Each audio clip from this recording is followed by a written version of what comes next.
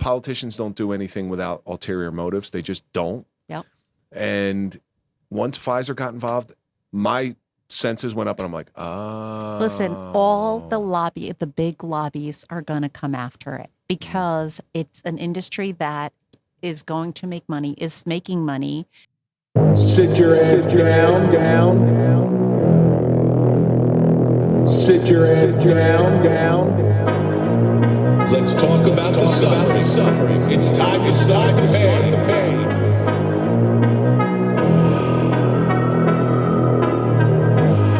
Sit your ass down.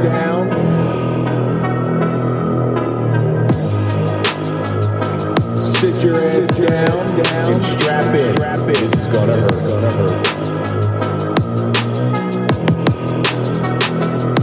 This is gonna hurt.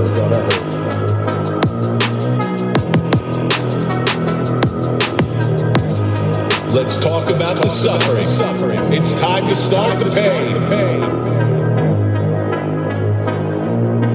This is gonna hurt. It's time for the Suffering Podcast. Thinking clearly means that we're capable of being the curators of our own information.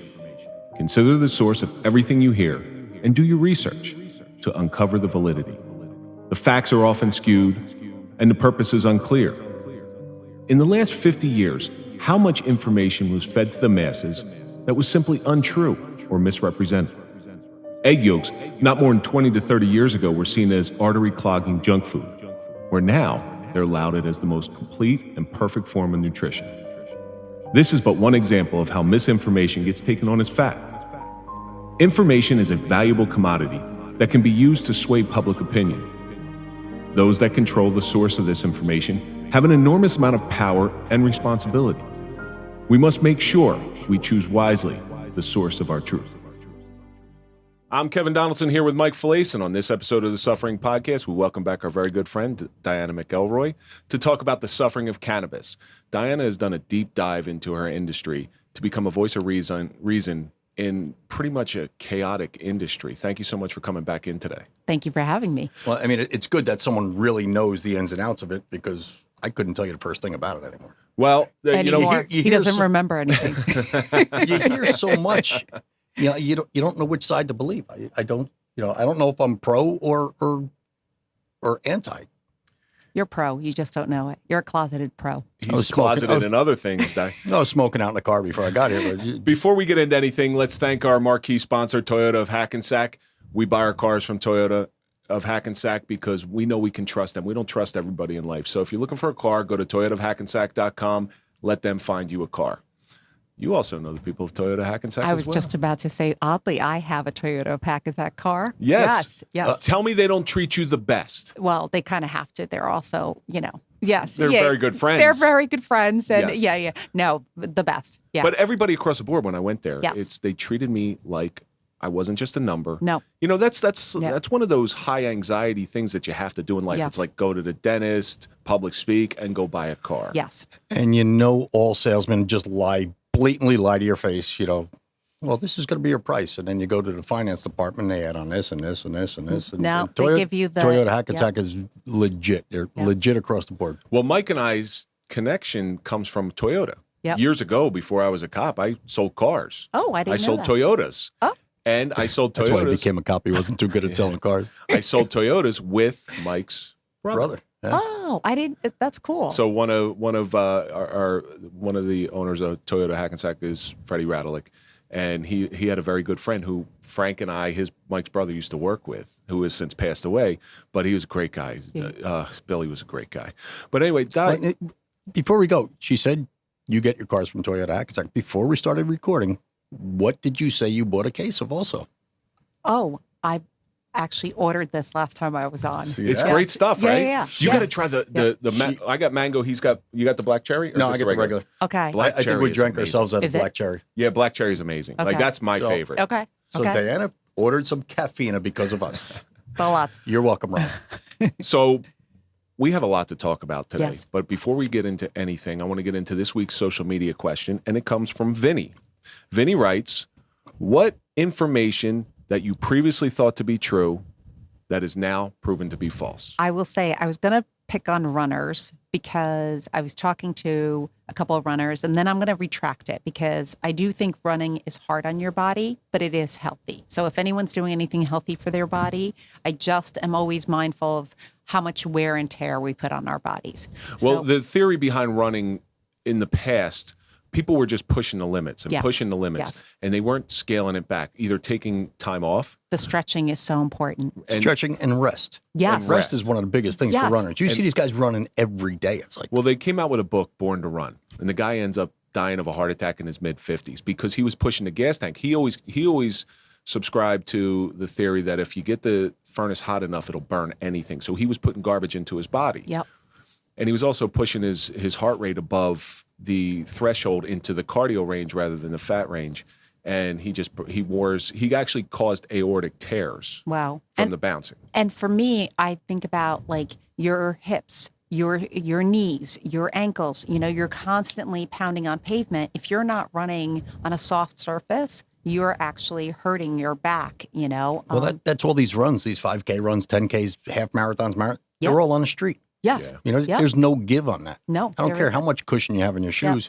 And believe me, I used to be a runner. I wound up giving it up a couple of years ago, but it was that constant pounding that killed me. And I think it's a healthy thing because it lets people get away from their issues. It's clear. Therapy. Yeah, it is therapy. It is a form of therapy. But I always think you know what? But be mindful of what that therapy is doing to your body. Mike, what do you think? Back in the day, both of us, we both played football as kids, and you were always given a quick water break, and they'd tell you, just salt go pills. Yeah, used to give you salt tablets. Yep. And they used to go tell you, rinse out your mouth, don't swallow any water, because they thought water was bad for you. It was going to bloat you, and you couldn't play. And I mean, was that the dinosaur age? Just about, yeah. Leather helmets and all that stuff. But that was the truth. I could tell she's a friend of yours. She started in already. I mean, we're not even 5 minutes. I'm very comfortable. I prepped DiAnA. I said, break his balls constantly. Yeah, but I mean, that's one thing. They told you couldn't drink water. It's amazing, right? Crazy. They told you just rinse your mouth out, spit it back in the fountain, and go. Well, think about how doctors used to tell women that it's okay to smoke. Doctors, while pregnant, I have a visual of someone in my family, big pregnant, with an ashtray on her belly, smoking away. And there was nothing, we didn't recoil from the image. Now, if you saw it, especially in our civilized world, we'd be like, oh my God, we know better. I saw a picture popped up on Instagram the other day, and it was a guy laying in a hospital bed and 2 nurses holding out cases of cigarettes, oh, which one would you like? And they used to smoke in hospitals back in the day. Airplanes. Yeah. I asked my grandfather this question. So my grandfather was a smoker until he hit 50 and then just stopped. Yep. I said, he said, oh, I smoked when I was younger. And I said, yeah, but you guys didn't know that it was bad. And he looked at me right in the eye and he goes, we knew. Wow. He said that. He goes, we knew. Well, let me tell you my smoking story because it relates back to cannabis, okay? Or back then it was weed. I went to a party with much older kids, and it was the first time I actually consumed. And we went, and we didn't know, we really weren't the partying kids. It was me and 2 girlfriends. We went, and we had some alcohol, and then a joint was handed to us. None of us knew how to inhale. So we're coughing, and we're like, oh my God, this hurts. We made such fools of ourselves that the very next day we went out and bought cigarettes, okay? And we all 3 ended up being smokers. Practice makes perfect. But cigarette smokers, not weed smokers. Right. All 3 of us. I smoked for 10 years. I'm not proud to say that. But I say to my girls now, I'm going to be 50 this year. And I'm like, see these lines? These wouldn't be here if I had followed my own, Just internal, stuck to weed? Yeah. If I had stuck to my own internal, knowledge, but kids think they're going to live forever, that nothing's going to change about their skin, their They know everything. health. Oh my God. They know everything. We knew everything when we were their age also, I see. It's funny because I don't think I was ever spoken to the way I talk to my girls, skin damage, I was the sun made you look healthy. Yes. Yeah. Yes. And I still think that a kiss of sun is okay. Well, the vitamin D, the vitamin K, yes, it is absolutely, you're true. But laying out in the sun and, the leather women. The leather, yes. You've seen them. Yes. You've seen them. Listen, when I came back from 5 weeks in Japan, I was a different color because I actually, believe it or not, tan. And now when I look at like the skin damage, I'm like, oh, what did I do to myself? 2 bouts of skin cancer. Oh, wow. Malignant melanoma here. I had another thing up here. I had them both taken out. Wow. Yeah. For me, it's pretty simple, and it has a lot to do with diet. I mean, you could Yep. go with the food pyramid, which was lauded as law, and that was wrong. But I'm going to pick out one thing: is butter versus margarine. They were always told you don't have butter. Butter clogs your arteries. It's bad for you. Use margarine. Margarine is solidified vegetable oil. What they're finding now is vegetable oil is a lot of the reason. It's like radiation into your body. And think about the way the food pyramid, we get into, I mean, I could go on and on about this stuff. Obesity is at an epidemic level because of the way the food pyramid was. Now the food pyramid is upside down, where fats don't make you fat, eating cholesterol does not give you high cholesterol, and these are the new studies. But they were lauded as truth. Yeah. Well, because who was lobbying? Probably the margarine companies who had the louder. Really, unfortunately, especially in America, it's who is leading with the dollars. You know, that's the campaign. Who has the loudest voice and the most money? That's nothing new. You know that's nothing new. No. So the common misconception is that Christopher Columbus raped, pillaged, and tortured the indigenous people. Do you know there's no proof of that? I know you've heard it, and I know you've heard it. There was absolutely no. There was one place where it's written, and it was his biggest adversary, who wrote a book, who wrote an article that Columbus did this. Just think about the person that likes you the least. And I'm not picking on your husband. No. I'm not picking on your husband. He loves me. He's so into me. It's not 30 years, dude. But think about that. That is lauded as truth. I was taught that as a child. And there's one piece of writing that says that. One. So it's funny because Christopher Columbus, all these symbols of America are changing, right? The idea of who they are.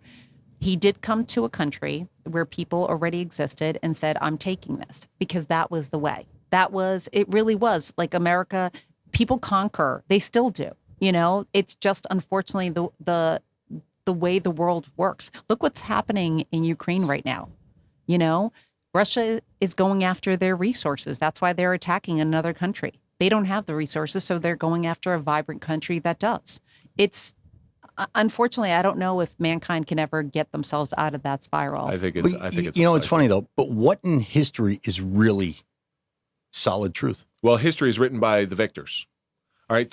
So just a quick note on Ukraine, just to segue into our next section, is you remember Rocky IV? Mm-hmm. Ivan Drago was a Russian. And if you watch the Creed II, he's now Ukrainian, because where he lived, Ukraine broke away from Russia. So I'll tell you, as a citizen of Poland and as a child of Soviet Poland, it's not made up stories.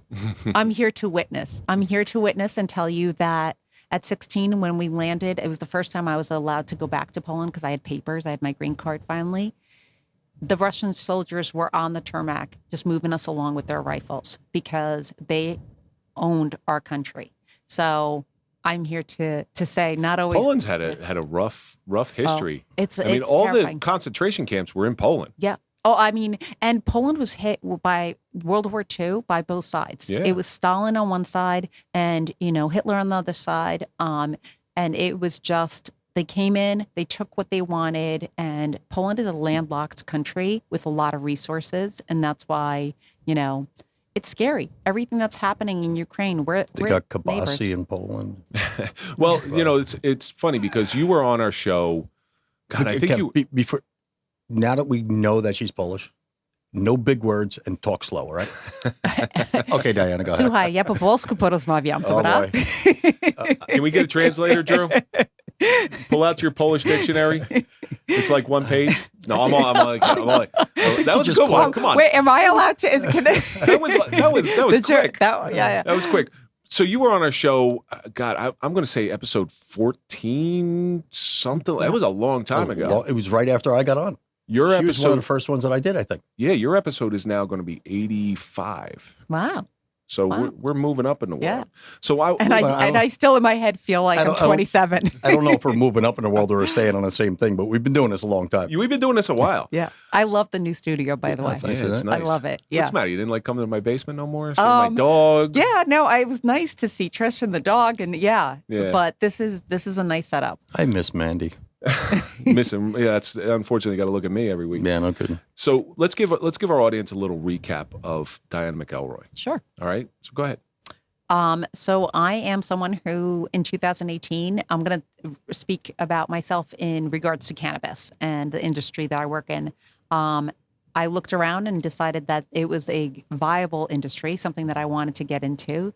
And also I realized that my smart friends, the CEO, CFO friends, were smoking cannabis again.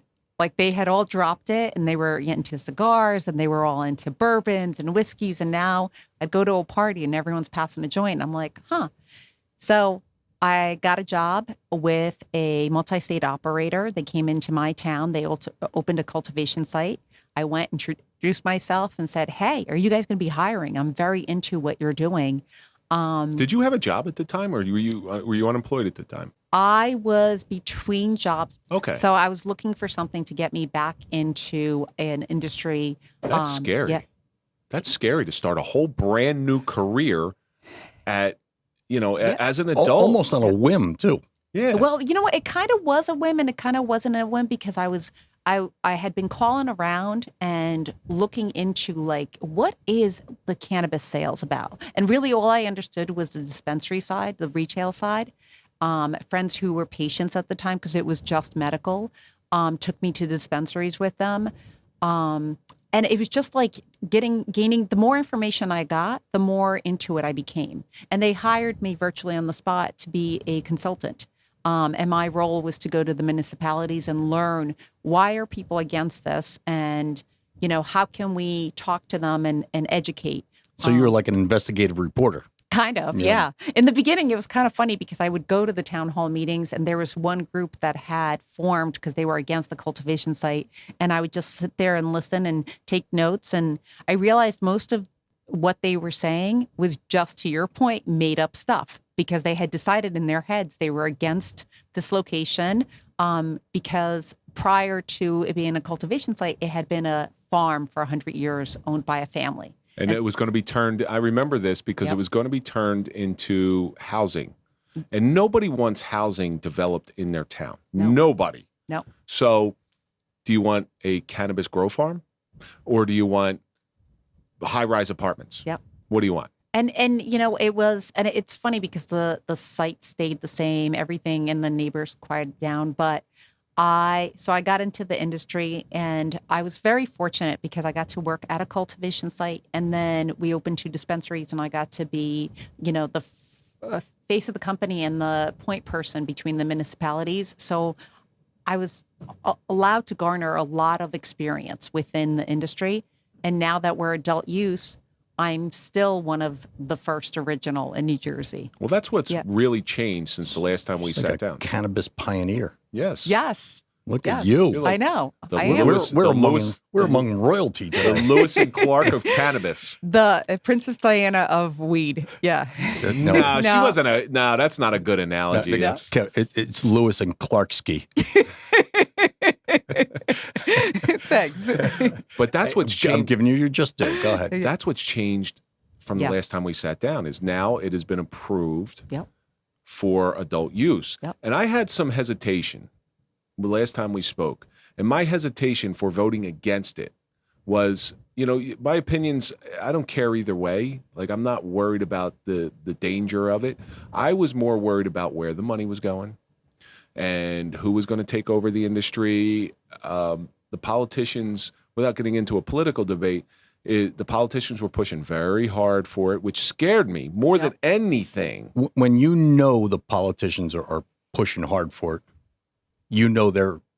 There's something in it for them. they got an inside track Well, on something. I will say in this one instance, the politicians were pushing hard for it because their contingencies were pushing hard for it. So the people voting them in, it got voted in 67%. Most of New Jerseyanites were like, listen, if I want to smoke cannabis, I want to smoke cannabis. Or if I want to, partake in an edible, I want to be allowed to take. Or it started really with the wave of patients who were coming out and saying, this really changed my life. Like, this really has changed my grandmother's life. And the voices started getting louder and louder and louder. And the politicians started tuning in. Well, they proved that medicinal use was helping a lot of people. Well, that's like whether it be PTSD or any kind of like injury. And this is the way I always say, it is whether you're using it recreationally or adult use, it's still a plant-based medicine. So you're going to get benefits from it. So you're going to get the anti-inflammatory benefits from it. You're going to get the, and depending on your THC level, like you might get a heady high or you might not. Like, there's so many variables with this plant. Well, that's like our one of our sponsors is Xbody. So go to xbodyus.com. They're right here in Wayne, and but that's about overall health and wellness to your body, and they can do several different medical tests on you to find out what's going on, and it might lead to your industry. But getting back to the political version of it, and it should, because it is health and body. I mean, that's one of the reasons I found passion in it. I agree with you on a lot of these things, but the political side of it, I just noticed that Pfizer got involved. Yeah. All right. And that bothers me, because when politicians don't do anything without ulterior motives, they just don't. Yep. And once Pfizer got involved, my senses went up and I'm like, oh. Listen, all the big lobbies are going to come after it, because it's an industry that is going to make money, is making money, and it's a new, they're hiring, they're building, it involves so much monetary gain within a state that it enters. But the politicians are going to make money also. That's what bothers me. That's what bothers me the most about it. These politicians, they're driving bigger cars now. Where you're like a mom and pop. Okay, I consider you a small... And I'm also not plant touching. So that's like, I'm within the cannabis space, but I'm also not someone who... cultivates, sells. Like, I'm completely not plant touching. So you're not a drug dealer? I'm not a drug dealer. No. But what I'm saying on the is... surface, she's not. Maybe, you have Home Depot, which took away all the home, the family-owned hardware stores. Yep. And I see this because there's money there, and... I see Pfizer coming in and trying to do the same thing with the mom and pop cannabis stores. Oh, 100. And that doesn't sit right with me.